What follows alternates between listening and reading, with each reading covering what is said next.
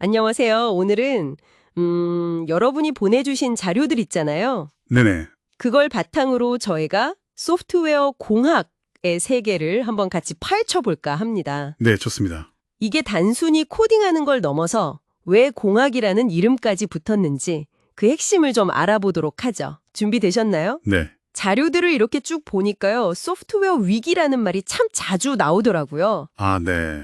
그 유명한 얘기죠. 그쵸. 이게 뭐랄까 예전에는 그냥 지도 없이 막 항해하듯이 소프트웨어를 만들었던 건가요? 약간 그런 면이 있었죠. 그러다 보니까 뭐 프로젝트 예산은 엄청나게 불어나고 완성은 언제 될지 모르고 또 결과물은 영 기대 이하였던 이게 바로 그 소프트웨어 위기의 실체 뭐 이런 건가요? 정확합니다. 초창기 소프트웨어 개발은 사실 소수의 아주 뛰어난 프로그래머들에게 많이 의존했거든요. 아, 그랬군요. 근데 이제 시스템 규모가 점점 커지고 요구사항도 복잡해지니까요.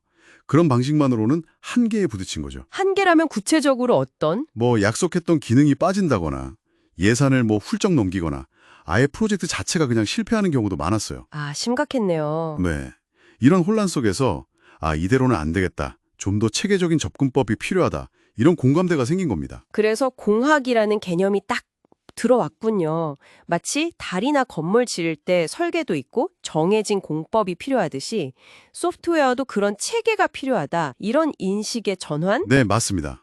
소프트웨어 공학은 바로 그런 필요성에서 태어난 거죠. 그러니까 고품질의 소프트웨어를 예측 가능한 비용과 일정 안에서 개발하고 또 안정적으로 운영하고 유지보수하기 위한 그런 종합적인 방법론이라고 보시면 됩니다. 아하. 단순히 코드를 짜는 기술, 프로그래밍하고는 좀 다른 거죠. 요구사항 분석부터 설계, 구현, 테스트, 배포, 그리고 유지보수까지 이 전 과정을 아우르는 훨씬 넓고 체계적인 접근법입니다. 그렇군요. 그럼 그 체계적인 접근의 핵심은 뭘까요? 자료에는 소프트웨어 개발 생명주기, 뭐 SDLC라는 말이 나오던데요. 네, SDLC. 이게 마치 건물 지을 때 기초공사부터 시작해서 볼조 세우고 내부 공사하고 완공까지 단계가 있잖아요. 소프트웨어 개발도 비슷한 단계별 관리가 이루어진다 이렇게 보면 될까요? 아주 좋은 비유입니다. 딱 맞아요. SDLC는 바로 그 단계별 로드맵이라고 할 수 있습니다. 로드맵이요. 네, 뭘 만들 건지, 이게 요구사항 분석이고요. 어떻게 만들지 구조를 짤까? 이게 설계. 실제로 구현은 이게 구현 단계고요. 제대로 도나, 테스트, 그리고 만들고 나서 관리는 유지보수. 이 모든 과정을 뭐 순서대로 하든 아니면 반복적으로 하든 관리하는 틀이죠. 흥미롭네요. 근데 자료를 보면요. 이 SDLC를 관리하는 방식도 하나가 아닌 것 같아요. 그렇죠. 여러 가지가 있죠. 뭐 아주 꼼꼼하게 계획 세워서 순서대로 착착 진행하는 폭포수 모델. 이런 전통적인 방식도 있고 또 짧은 주기로 계속 만들고 고치고 하는 애자일 모델. 이런 유연한 방식도 있던데 어느 게 더 좋은 건가요? 더 좋다 이렇게 말하기는 좀 어렵고요. 프로젝트의 성격에 따라서 더 적합하다고 보는 게 맞을 것 같습니다. 아, 적합성. 네. 예를 들어서 요구사항이 아주 명확하고 거의 안 바뀔 것 같은 프로젝트. 뭐 예를 들면 안전이 아주 중요한 시스템 같은 거요. 네네. 이런 건 폭포수 모델처럼 철저하게 계획하고 문서화하는 게 유리할 수 있겠죠. 반면에 시장 변화가 엄청 빠르고 고객 요구가 배속 바뀌는 웹 서비스나 앱 개발 같은 경우는요. 아, 그럴 땐 애자일이 좋겠네요. 그렇죠.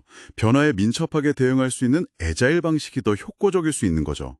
핵심은 그 상황에 맞는 최적의 방법을 선택하고 적용하는 유연성입니다. 그렇군요.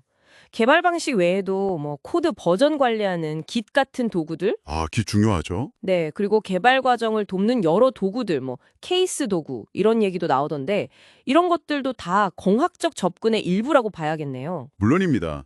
이런 도구들이 개발의 효율성과 품질을 높이는데 정말 큰 도움을 주거든요. 이를이면 Git 같은 경우는 어떻게 도움이 되나요? Git 같은 버전 관리 시스템은요. 여러 개발자가 같이 일하거나 코드를 수정할 때 생길 수 있는 혼란들 있잖아요.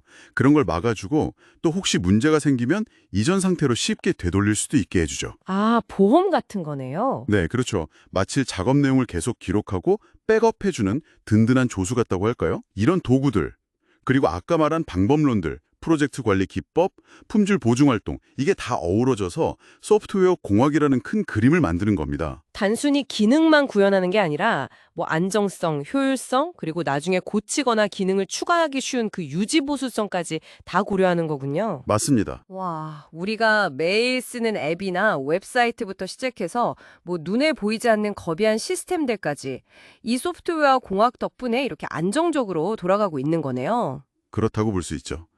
특히 요즘처럼 뭐 AI나 클라우드, 사물 인터넷, IoT 이런 기술들이 막 발달하면서 소프트웨어의 역할이나 복잡성이 훨씬 더 커지고 있잖아요. 네, 그렇죠. 그러면서 뭐 인공지능 모델 개발과 운영을 위한 MLOps라던가 개발과 운영을 아주 긴밀하게 통합하는 DevOps 같은 새로운 흐름들도 다 소프트웨어 공학 원칙을 기반으로 발전하고 있는 거고요. 아, MLOps, DevOps. 네. 앞으로도 기술 발전에 발맞춰서 소프트웨어 공학은 계속 진화해 나갈 겁니다. 오늘 이렇게 쭉 얘기를 나눠보니까요. 소프트웨어 공학이라는 게 복잡하게 얽힌 문제를 풀어가는 어떤 열쇠 같다는 생각이 드네요. 네, 그렇죠. 단순히 기술적인 부분을 넘어서 성공적인 소프트웨어 개발을 위한 어떤 체계적인 사고방식이자 문화다.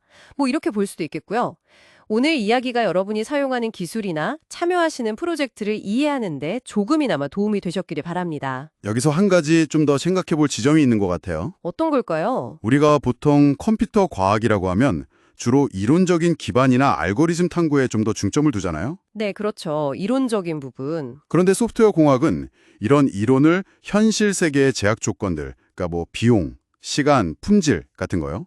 이런 제약 속에서 어떻게 효과적으로 구현하고 관리할 것인가, 여기에 초점을 맞춥니다. 아, 실용적인 측면이 강하군요. 네, 둘은 아주 긴밀하게 연결되어 있지만 분명히 다른 영역이죠. 마치 물리학과 공학의 관계처럼요. 흥미로운 비유네요. 그래서 앞으로 기술이 더 발전함에 따라 이 두 영역의 경계는 또 어떻게 변할지, 그리고 미래의 개발자들에게는 어떤 역량의 조합이 더 중요해질지, 이런 걸 한번 깊이 생각해 보시면 재미있는 통찰을 얻으실 수 있을 겁니다. 네, 정말 생각해 볼 만한 질문이네요. 오늘 소프트웨어 공학에 대한 깊이 있는 탐색 즐거우셨나요? 함께 해주셔서 감사합니다.